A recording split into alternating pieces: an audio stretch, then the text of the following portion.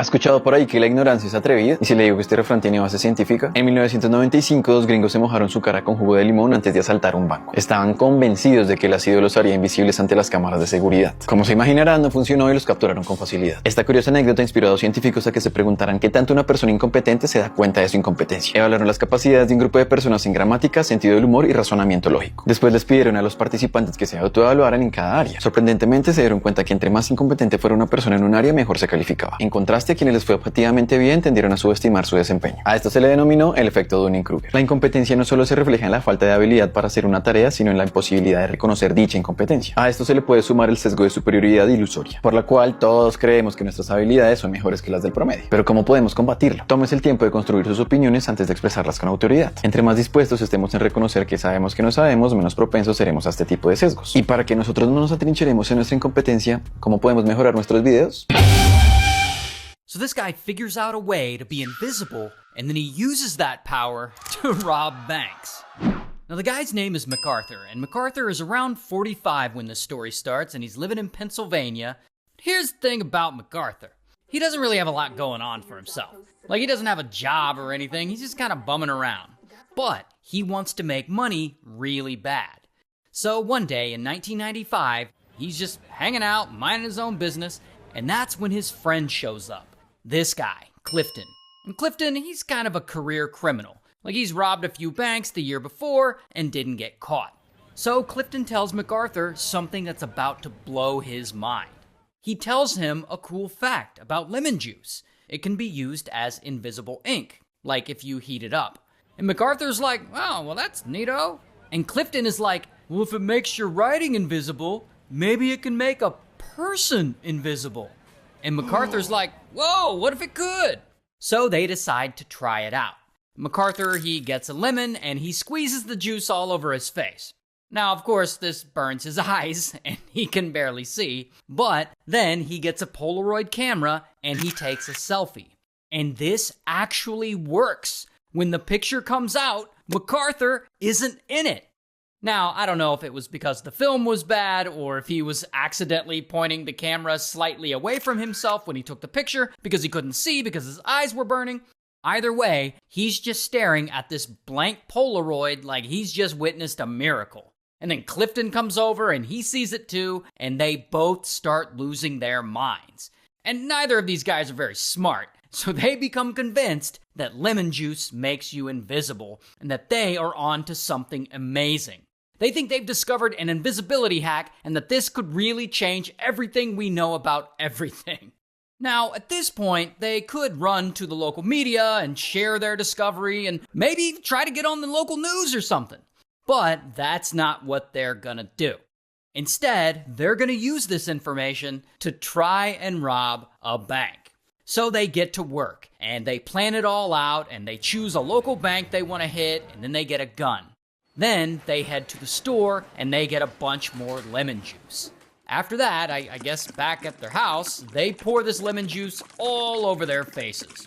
Of course, the problem with that is that the lemon juice starts stinging the shit out of their eyes. And I'm sure they're like crying and whatnot, like, it stings! In fact, it gets so bad that there's a point where they can barely even keep their eyes open. But whatever, they don't care. No pain, no gain. They are determined to rob this bank, and they're gonna do it without anyone seeing them, and they're gonna get away with it and be millionaires, damn it. So MacArthur and Clifton, they head over to the bank, and they are so confident in their new invisibility hack that they don't even wear masks. No masks, no disguises, nothing. They're just raw dogging this robbery.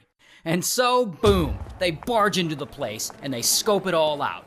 Then, suddenly, MacArthur pulls out a pistol, and he probably shouts something like, all right, everybody be cool, this is a robbery. And Clifton is probably like, any of you fucking pricks move and I'll execute every motherfucking last one of you. Or something like that.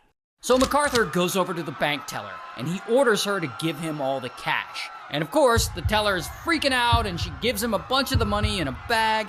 And allegedly, he says to the teller, don't worry, I do have a face, it's just invisible, as if she can't see him. Anyway, then MacArthur and Clifton flee the scene. And I guess the bank is not that big because the teller only gave them about $5,200, which even in the 90s isn't a lot for a bank robbery. Regardless, these guys believe their plan worked flawlessly. And they're all excited in their car, and they're like, let's do it again! So they drive directly to the other side of the city to another bank. Now, allegedly, they are still super confident that they are invisible to the human eye. And they feel like they don't even need to reapply the lemon juice. Like, once was enough. I guess the juice will last all day. So they get to this second bank, and they go inside, and they scope the place out. And once again, they're ready, and they start all over again. One's like, everybody down on the floor, hands where I can see them. And the other's like, nobody moves and nobody gets hurt.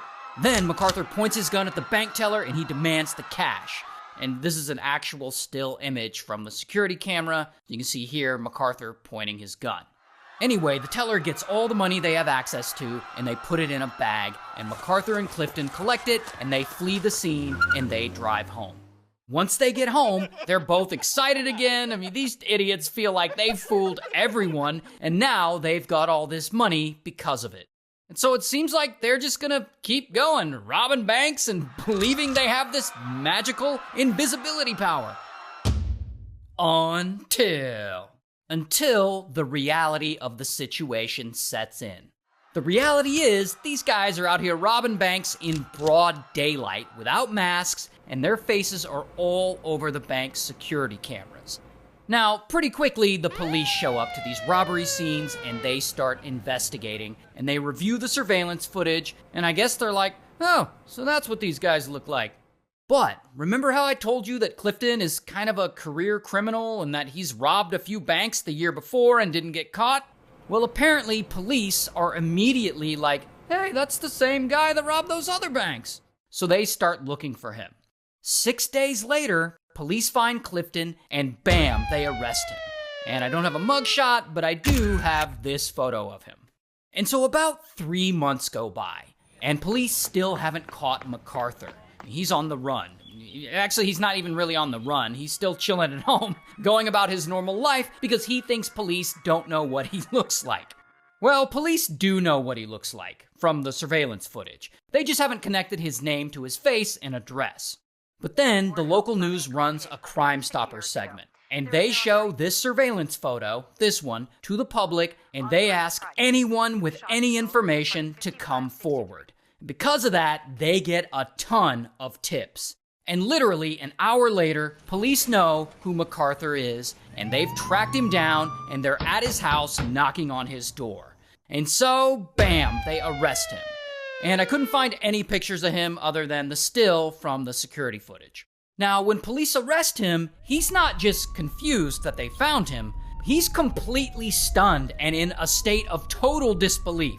Like when they show him the security footage with him on it, he says, and I quote, "But I wore the juice." Anyway, so Clifton decides to cooperate with police and he flips on MacArthur and he ultimately testifies against him. And through this plea deal, he gets sentenced to 5 years in prison, while MacArthur does not take a plea deal and he goes to trial and he gets sentenced to 24 years in prison.